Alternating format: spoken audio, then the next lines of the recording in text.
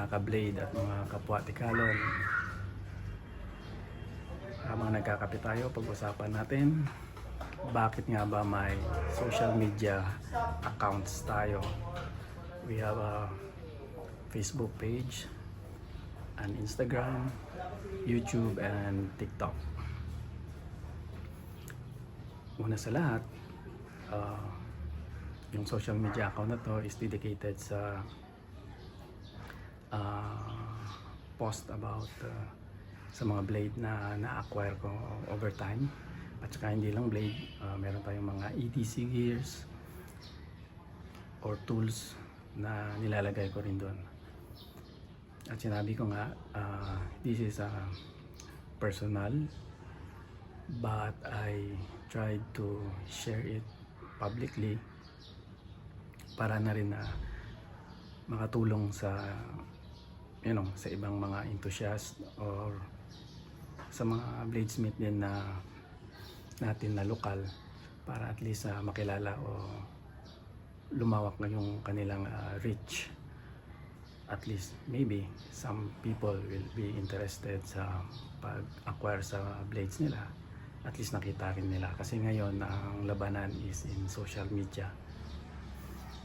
Then una sa lahat, hindi hindi ako nagbebenta ng mga blades.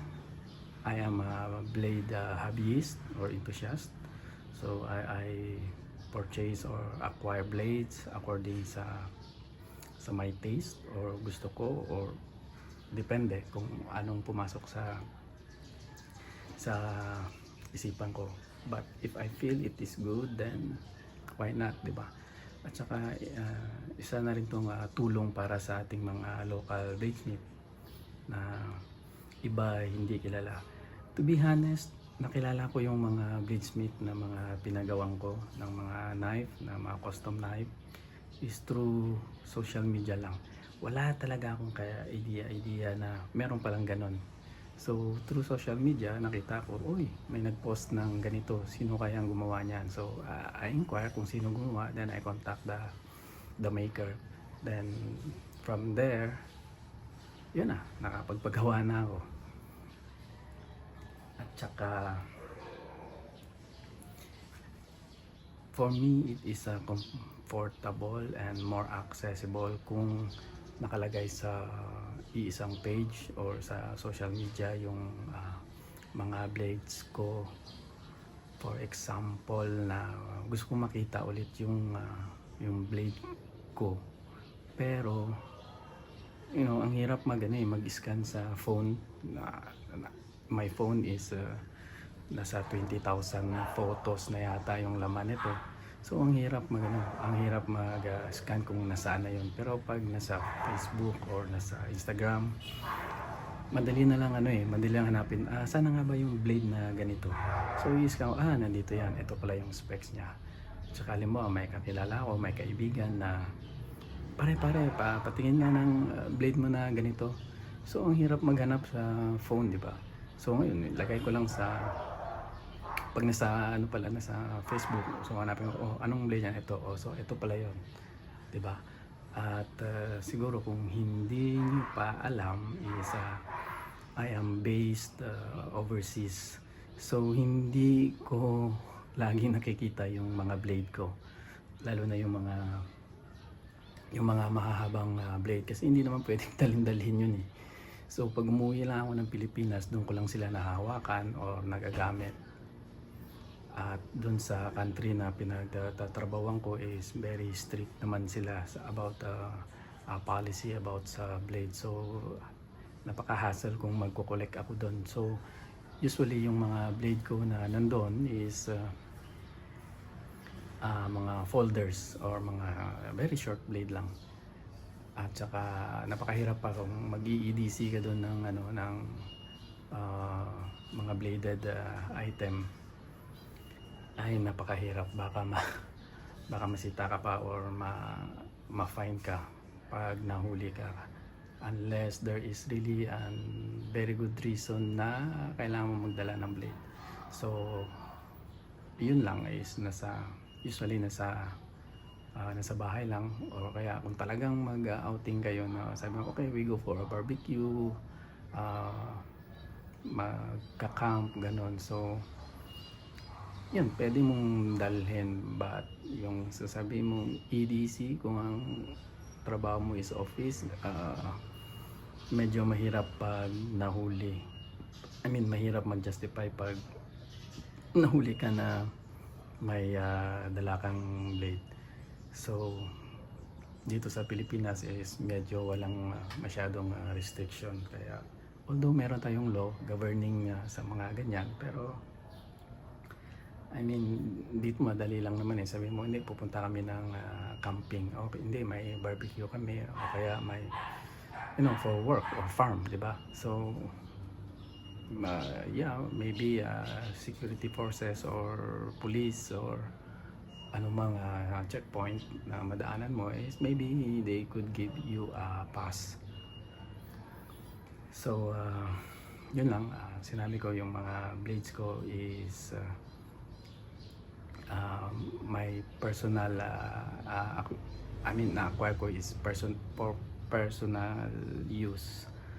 So hindi ako nagbebenta kasi maraming nakikita ko minsan pag nagpo-post kay how much agad eh, 'di ba? Maraming ganun. So ngayon yun lang, isa na rin pala ito na way para makatulong dun sa mga bladesmith natin na hindi masyadong nagkiklaro, hindi sila nakaka-reach sa ibang mga tao, tulad yung doon sa mga parts sa southern part, let's say Mindanao, may maraming magagaling o magagandang gumawa doon ng blade, pero medyo hindi sila kilala ng marami.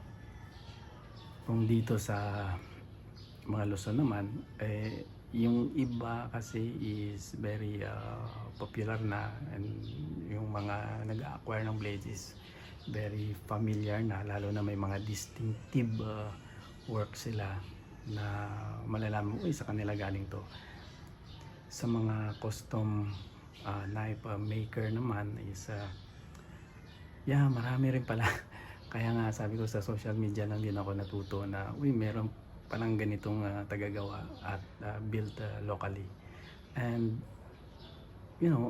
magawa nila is like they can compete internationally, ano bang example, let's say this one, di ba? Eto, ang ganda to,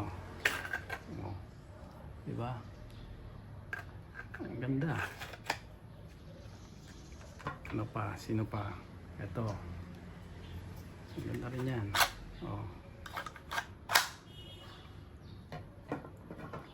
Ito pa. So, ang ganda yung mga gawa natin locally. Tsaka dapat, support natin yung mga local na mga artist natin. Kasi nga, it's a dying business.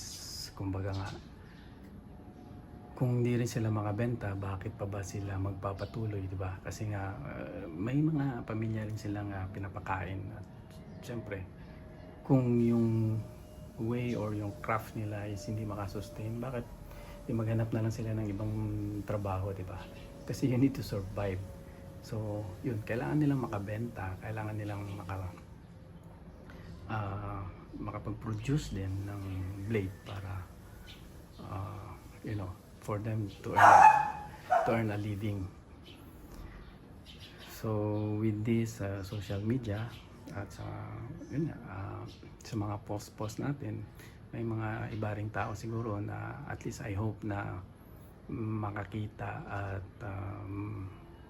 maybe if they were interested, they can acquire it through contacting yung directly yung mga maker, kasi nilalagay ko naman doon talaga usually yung mga maker, para at least hindi na sila tanong ng tanong kung how much yan, paano paggawa, sinong gumawa, di ba?